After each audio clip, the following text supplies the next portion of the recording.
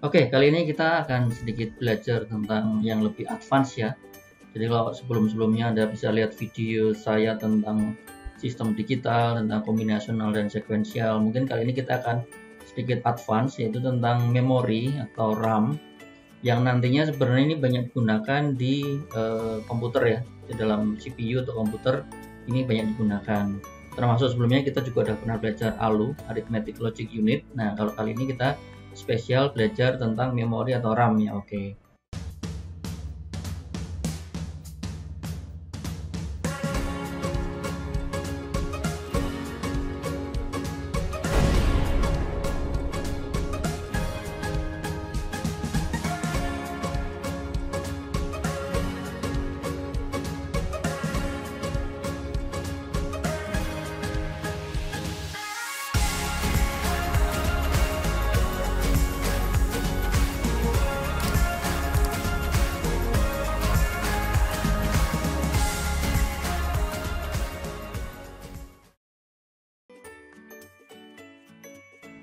Nah, oke, yang pertama kita coba bahas tentang yang namanya RAM ya, definisinya ya. Oke, kita spesifik bahas tentang random access memory. Jadi kita bahas definisi dulu apa itu RAM. Jadi sesuai dengan namanya bahwa dia adalah random access memory atau RAM, yaitu memori akses acak. Berarti di sini saya ada dua kata kunci ya, yaitu memori sama acak. Artinya ini adalah sebuah tipe penyimpanan data, penyimpanan komputer yang bisa diakses secara acak. Nah, kenapa disebut acak? Karena kita nggak perlu pedulikan dia ada di mana. Dan yang penting saya tahu alamatnya, jadi saya bisa mengakses data tersebut secara acak ya. Oke. Nah, hal ini bisa berlawanan dengan alat memori yang sifatnya sekuensial atau urut. Contohnya misalnya disk ya, disk atau tape magnetik. Disk magnetik itu biasanya dia tipikalnya urut ya. Jadi dia menyimpannya juga secara urut ya. Oke. Nah, kalau RAM ini kita bisa menyimpan secara acak ya. Oke. Nah, kemudian salah satu keunikan dari RAM yang lain adalah dia dapat ditulis dan dibaca atau istilahnya write and read. Jadi karakteristiknya seperti itu. Jadi saya bisa menulis di alamat tertentu dengan nilai tertentu di write, dan kemudian hasil write itu kalau suatu saat saya butuhkan kembali, saya bisa lakukan namanya read ya, atau saya baca lagi. Dan di kasus-kasus tertentu atau dalam konteks-konteks tertentu, data yang di alamat yang sama bisa kita timpa ulang atau dinamanya overwrite ya, asal kita tahu bahwa kita mau menimpa atau kita membaca ulang dari alamat yang mana ya. Nah, oke, kita lanjutkan ya. Jadi data dalam RAM ini, karena ini kita baru belajar RAM ya, sifatnya sementara ya, atau maksudnya sementara bagaimana ya. Jadi maksudnya adalah data ini hanya tersimpan selama power komputernya atau power catur daya masih ada. Jadi kalau powernya mati, otomatis memorinya dia juga akan hilang, datanya akan hilang. Oke. Beda nanti dengan ada yang lain, ada karakteristik yang lain di mana kalau powernya mati dia masih tersimpannya. Kalau di RAM ini salah satu sifatnya adalah ketika powernya habis atau mati, otomatis datanya juga akan ikut hilang ya. Oke. Nah, ukuran memori nanti akan sangat ditentukan sama ukuran address dan data. Apa itu address dan data akan kita bahas setelah ini ya. Jadi dia akan membuat ukurannya makin besar. Jadi mungkin kalau zaman sekarang di komputer kita kenal beberapa memori dengan ukuran yang sangat besar ya. Ada yang sudah satuannya 3 GB. Sedangkan kalau dilihat dari gambar di sini, ini mungkin dari yang paling kecil ya, mungkin yang hanya untuk bermain-main di level hardware. Kemudian kalau ini mungkin agak level yang lebih sedang, dan kemudian ini yang mungkin yang versi terbaru yang mungkin ditaruh untuk penggunaan di komputer ya. Nah, ini akan saya bahas sedikit tentang bagaimana konsep paling penting dalam sebuah memori, yaitu ada address dan data ya. Jadi secara umum yang perlu Anda ingat hanya ada dua itu. Jadi ada address dan data. Jadi bagaimana mereka menyimpan, dia menggunakan konsep address ya. Jadi disimpannya di alamat mana dengan data yang mana ya. Nah, ini dicontohkan misalnya saya di address 0 atau address alamat ke 0, saya isi dengan data ini misalnya ya, 0110101 ya. Oke. Di address 1 ini saya simpan dengan data seperti ini, 1001011 dan seterusnya. Jadilah ini nanti akan jadi sebuah memori yang akan menyimpan di alamat tertentu. Jadi karena dia sifatnya random, jadi nggak harus urut ya, nggak harus dari bawah ke atas atau dari atas ke bawah. Tapi misalnya saya tahu alamatnya misalnya di address 3, langsung ditulis boleh ya. Di sini langsung Anda baca atau langsung Anda tulis juga nggak ada masalah ya. Ya, oke. Jadi di sini kita akan bahas address dan data. Jadi setiap address akan memiliki ukuran masing-masing ya. Jadi contoh misalnya kalau kita punya address 4 bit, jadi bisa kita bayangkan hanya ukurannya 4 bit ya. Karena dia binary atau biner, jadi dia hanya punya 2 pangkat 4 ya, 2 pangkat 4 atau hanya sekitar 16 address saja. Jadi kalau Anda bayangkan dia hanya sanggup simpan hanya 16 saja ya. Berarti hanya kecil ya memang ya. Karena ini hanya contoh yang kecil. Demikian juga dengan data ya. Data juga misalnya kita punya ukuran sesuai dengan kebutuhan. Anda bisa 4 bit, bisa 8 bit. Nah, contoh misalnya karena saya butuhnya pengen simpan karakter A dalam ASCII ini biasanya kalau dirubah dalam bit dia adalah 8 bit. Oleh karena itu di sini saya akan membutuhkan sebuah data dengan ukuran 8 bit ya. Oke, jadi contoh di sini misalnya saya punya address 001, maka saya isi dengan data adalah seperti ini. Ini adalah contoh interpretasi dari ASCII sebuah huruf atau karakter S ya, jadi akan disimpan di sini. Nah, di sini contoh cara menyimpannya akan dibahas lebih dalam lagi. Jadi contoh di sini saya menggunakan tadi udah diulang addressnya 4 bit, sedangkan datanya adalah 8 bit ya. Oke. Jadi dicontohkan di sini saya pengen menyimpan kata saya karena saya ini lumayan cukup panjang. Jadi kita akan pecah-pecah menjadi S, A, Y, dan A yang masing-masing karakter akan kita simpan ya. Jadi masing-masing ini kalau kita rubah dalam bentuk ASCII, ini dalam bentuk ASCII ya. Ini adalah 8 bit, ini S, ini karakternya seperti ini. Sedangkan A, karakternya bit dalam bit adalah seperti ini. Ini Y, seperti ini. Dan A ini sama ya, A adalah datanya sama, oke. Nah dengan demikian saya bisa menyimpan sebuah kalimat atau sebuah kata saya SAYA ini menggunakan 4 alamat ya, 4 address ya, 4 address. Alamat 1, alamat kedua, ketiga, dan keempat. Oke. Dengan demikian nanti kalau Anda pengen menyimpan data yang lain atau bilangan yang lain juga bisa sebenarnya ya.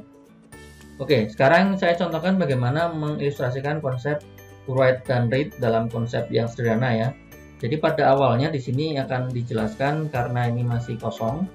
Jadi otomatis addressnya isinya adalah 00 semua atau 00 semua. Dan ini saya potong ya, ini harusnya panjang, harusnya ada 16. Karena ini hanya contoh, di sini hanya saya tampilkan 5 buah saja. Oke, jadi memori dalam keadaan kosong. Nah, sebagai contoh misalnya saya pengen ngisi address 0011. Kenapa boleh lompat ya? Tadi saya sampaikan di awal karena dia adalah random, jadi boleh. Kenapa nggak harus urut dari atas? Boleh. Sebenarnya dia boleh lompat 011. Berarti saya akan ngisi bagian ini. Maka nanti ini datanya akan saya rubah sesuai dengan data yang saya inginkan ya. Oke. Di contoh yang sini karena pengen saya sederhanakan, ini datanya hanya 4 bit ya. Oke, sekarang kita coba ilustrasikan ya contoh mode tulis. Jadi tadi sudah saya sampaikan ini hanya 4 bit aja karena mempermudah kita pemahaman. Jadi address 001 akan saya isi dengan data 110, maka saya akan perintahkan sebuah perintah write untuk mengisi address 0011 ini dengan data 1010. Oke, kita lihat simulasinya ada di bawah ya.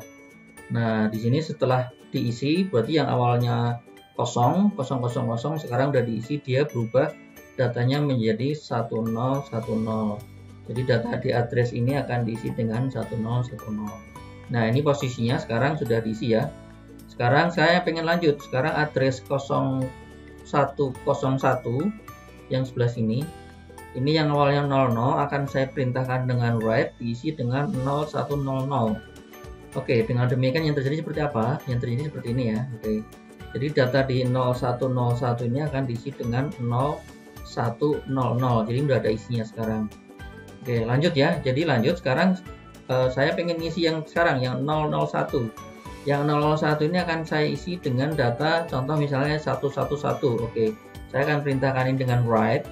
Dan otomatis setelah write dia akan terisi ya. Jadi isinya jadi seperti ini. Oke, jadi ini setelah kita sudah berhasil tulis, misalnya kita hanya nulis di 3 address saja ya, kita akan dapatkan kondisinya, komposisinya kurang lebih seperti ini ya. Jadi ada beberapa address yang sudah kita isi, dan ada beberapa address yang belum diisi. Sekarang kita akan bagaimana mengilustrasikan cara membacanya ya. Oke, jadi cara membaca juga sama, kita tinggal cari aja mau membaca data di address berapa, nanti akan dikembalikan sesuai dengan nilai yang sudah ditulis tadi ya. Nah, contoh misalnya saya pengen baca di address 0011 sebelah mana? Oke, 01 sebelah sini ya. Nah, ini datanya berapa? Ternyata datanya 1010.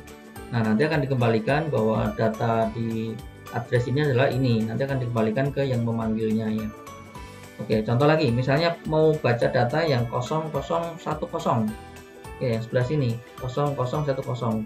Karena memang tadi ini belum di set, maka dia akan mengembalikan dengan nilai 000 ya. Oke. Kadang-kadang ini mungkin dikembalikan dengan bisa dengan 0 atau mungkin dengan empty value dan sebagainya ya. Biasanya kurang lebih seperti itu ya.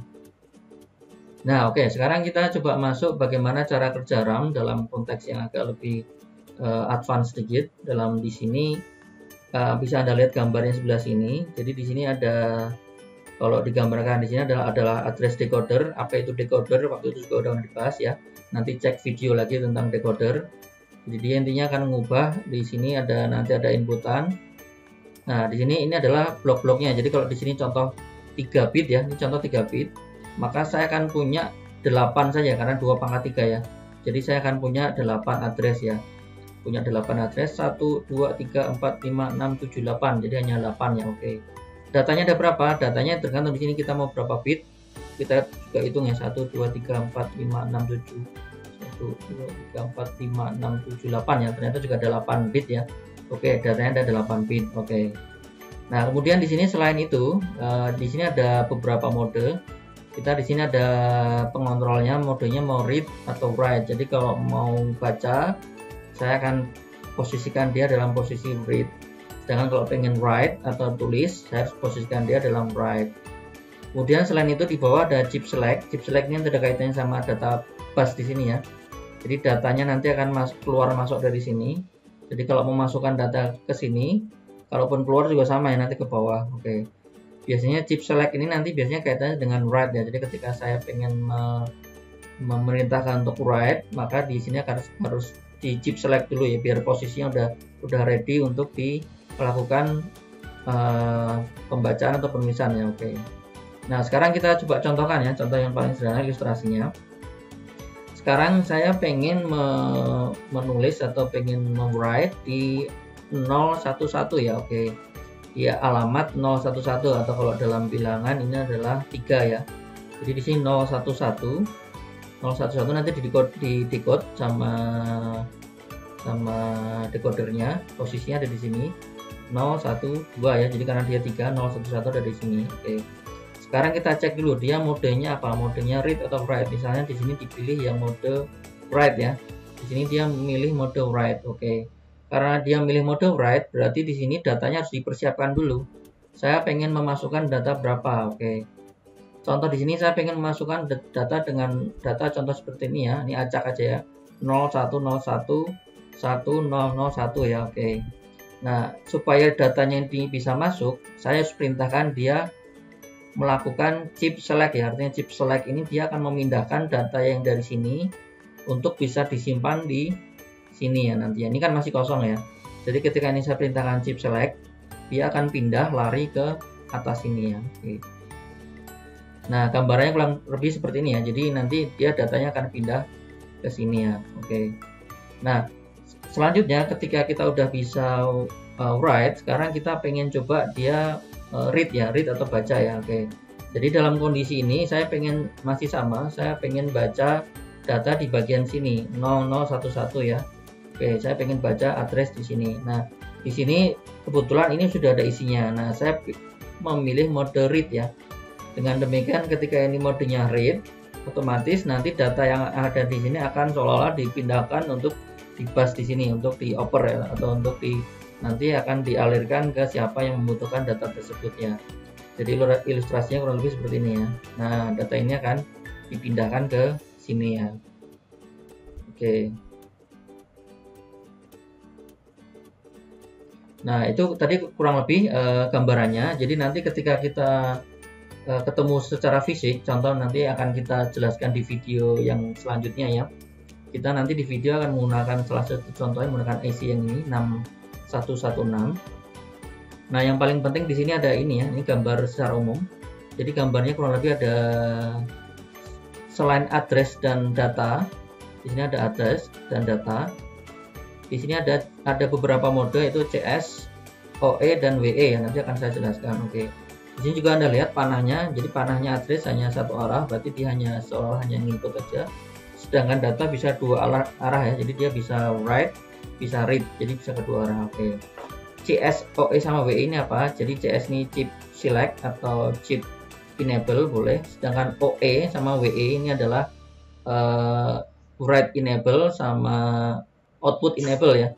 Write enable dan output enable. Jadi kalau misalnya saya pengen posisinya nulis atau write, berarti di sini bisa Anda lihat di sini ya, posisinya nulis, write, berarti WE-nya harus dinyalakan atau kalau di nanti ini karena ini posisinya ini ya, posisinya kebalikannya active low, berarti dia harusnya dinyalakan, posisinya di enable, sedangkan OE-nya di nolkan ya atau di low-kan ya. Oke. Kemudian di sini karena dia write, di sini harus chipset atau chip enable-nya juga harus diaktifkan ya. Oke. Jangan kebalik, ini karena saya tadi aktif karena ini active low ya. Jadi low itu menyatakan satu atau high, aktif, sorry maaf ya. Kalau high, H atau H itu menyatakan tidak aktif ya. Oke. Sedangkan jadi kalau misalnya di sini read di sini berarti posisinya adalah dalam posisi OE-nya nyala ya, atau OE-nya dikasih tegangan ya, dikasih tegangan di sini berarti OE. Berarti di sini OE dan dia akan memasukkan datanya. Oke. Nah, selanjutnya kalau misalnya dua-duanya nyala atau dua-duanya tidak terjadi apa ya, ini nanti tidak akan terjadi apa-apa ya. Oke. Jadi di sini akan menentukan bahwa kita melakukan mode operasinya apa ada di sini ya. Nah, nanti di video selanjutnya kita akan coba implementasikan ini dalam video bagaimana kita bisa menggunakan chip enable, OE sama WE, di mana bagian ini adalah bagian address-nya karena ini A ya, ini address. Address-nya kebetulan ini cukup banyak, sebenarnya dari 0 sampai 10, jadi sebenarnya 11 bit ya. Ini 11 bit. Sedangkan datanya karena data standar ya, data itu biasanya kelipatan 8 ya.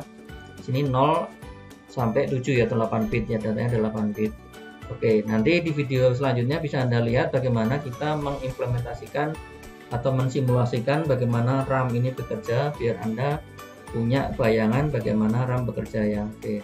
Demikian video saya secara singkat untuk konsep dulu tentang memori dan RAM, kaitannya lebih ke arah RAM ya sebenarnya.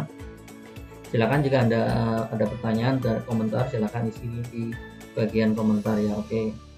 Sampai demikian dulu video terkait sama RAM. Nanti kita sambung dengan video-video selanjutnya ya.